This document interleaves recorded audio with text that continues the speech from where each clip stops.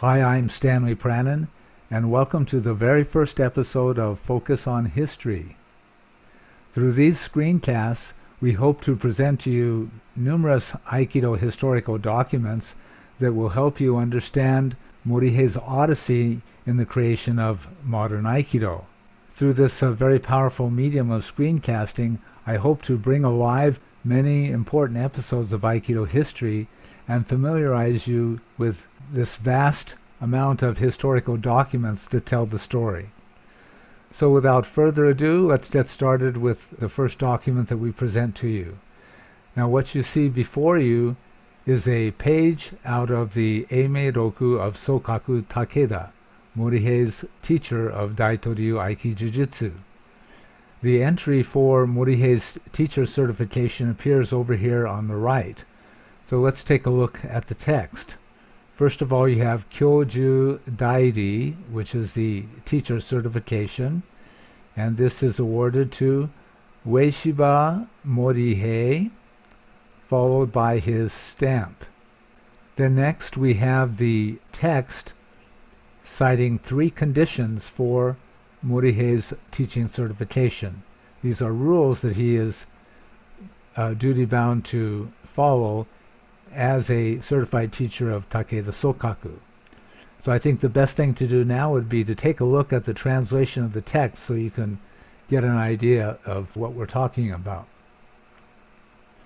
So over here on this page, you'll see the instructor certification of Morihei Ueshiba, and the first condition reads as follows: when accepting students for instruction in Daito-ryu Aikijujutsu, be careful to choose persons of good conduct. Number 2, when instructing students, require them to write their address, name, age, location of their dojo, and the terms of their instruction in a registration book together with their seal by way of authentication. Now, what this means is that Morihei, as a certified instructor, is to keep an Eimei Roku of his own. In other words, he is supposed to, as he's teaching Daito-ryu, to carry with him an enrollment book and have all of his students note their name, address, etc.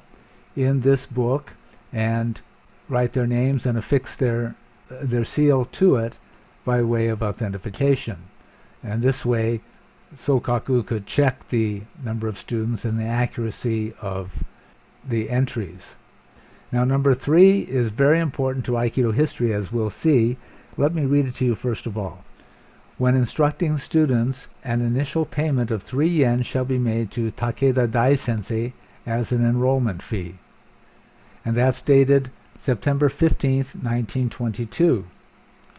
Alright, so this third condition that I mentioned that was very important for Aikido history. Here's what's going on. First of all, the amount of 3 yen. You may wonder how much that was in 1922. It's actually impossible to say exactly, but we can say that it is a rather large sum of money, perhaps something roughly equivalent to $300 today. Perhaps a little more, perhaps a little less. In any event, it's a sizable sum of money. Now, if you think ahead to what Morihei is doing a few years after this, he's teaching at a number of military installations like the Army College and the Naval College, where in many cases he has hundreds of students who he's teaching what is essentially Daito-ryu. Now, this sort of teacher certification and this agreement or contract was not designed to deal with that sort of a situation. So if you think about it, for Morihei to have demanded 3 yen or roughly $300 a head for each person that he taught at these various military institutions, it would have been a tremendous sum of money, and he would not actually have been in a position to have negotiated this sort of arrangement. Another good example of a situation that Morihei found himself in began in 1933 when he started to teach members of the Osaka Asahi newspaper. He was, of course, teaching Daito-ryu to them as well. And again, it would have been awkward for him to charge 3 yen as an enrollment fee for these members of the Asahi News staff. This sort of vague agreement that he had, especially one involving sizable sums of money, led to many problems that Morihei had with Sokaku. This was one of the prime reasons for his gradual separation from his teacher. This confusion over these difficult to enforce and difficult to interpret monetary conditions. I'll talk more about that in another episode, but actually I could go on for a rather long time, and I want to keep this fairly short. Returning to the Japanese document here, I wanted to point out something that I'm just noticing because I scanned this document today. I've been looking at black and white copies and very small copies over the years, but look what we've got here. You see this seal or hanko, the stamp here? This is right over on top of the character for 3, as in 3 yen. So you can see that this was done for emphasis and to ensure that there was agreement on the amount involved. This is not by accident that this stamp was placed here. It's quite obvious to me.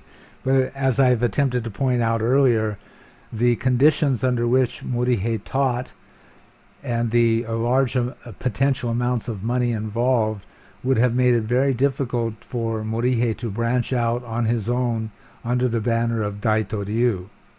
So this document here is really kind of a landmark, a point for Morihei.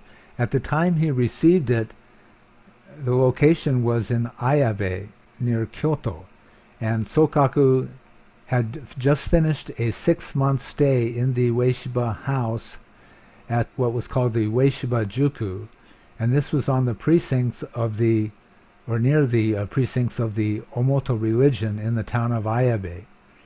And Sokaku was there with his entire family, and he took over the teaching duties during that period of time, that 6-month period. Now there's one other very important thing to notice here. Take a look over here at these characters. Daito-ryu Aikijujutsu. Okay? Now, what's interesting about this is that if you look at the entries in the Eimeiroku of Sokaku that predate this entry, instead of Daito-ryu Aikijujutsu, you will find Daito-ryu Jujutsu as the term used to describe Sokaku's art. So what happened, and the actual circumstances are shrouded in mystery, is that when Sokaku was present at the Omoto religion headquarters in Ayabe, he also met the co-founder of the Omoto religion, the famous Onisaburo Deguchi, who was Morihei's spiritual teacher.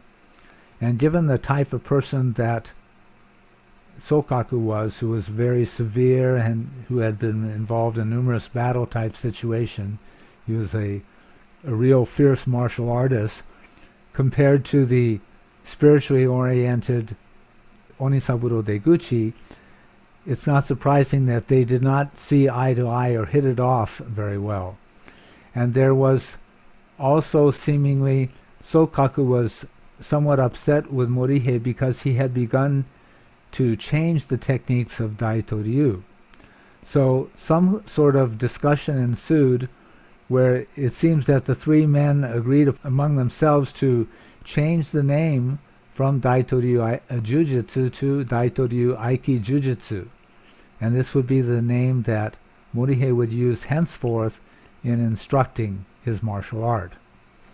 Now the other interesting thing is that, as far as I can tell, after this, Sokaku also used the name of Daito-ryu Aikijujutsu and stopped using Daito-ryu Jujutsu. Now I don't know exactly what happened, and this is kind of a mysterious area. Perhaps given enough time and resources, we'll be able to analyze the Eimeiroku more thoroughly and come up with some theories as to what actually happened and what the consequences were.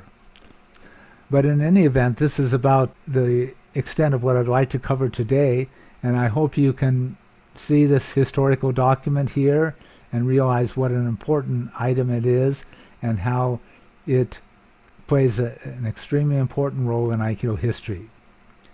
So I'd like to finish today. Thanks very much for joining me for this episode of Focus on History.